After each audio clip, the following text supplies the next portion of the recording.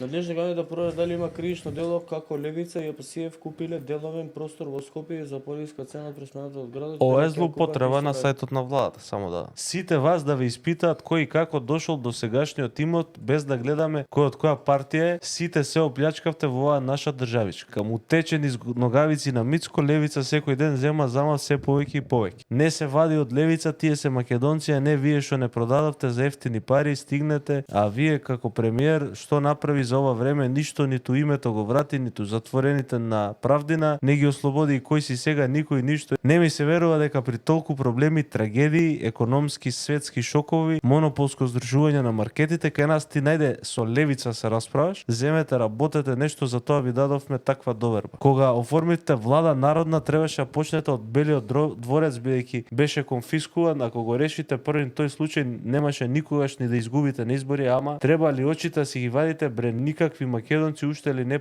уште ли бе се нафатиравте и да кажете доста ни е, дај граѓаните, пензионерите, ниска работничка класа и така натаму. Вели, владата на Република Северна Македонија дно дна сте според сите параметри. Дали на европско или светско ниво, закопајте се, ќутете, без да навлегувам во тоа дали АПСИЕВ купил или не, сакам да прашам колку е етички достојно од официјалниот Facebook профил на влада да се постираат информации на ниво на шпекулација или тој треба служи за постирање на официјални информации за тоа што сработила владата. Коментар позитивен има? Не им кажале штабот на ботовите кај треба да пишуваат.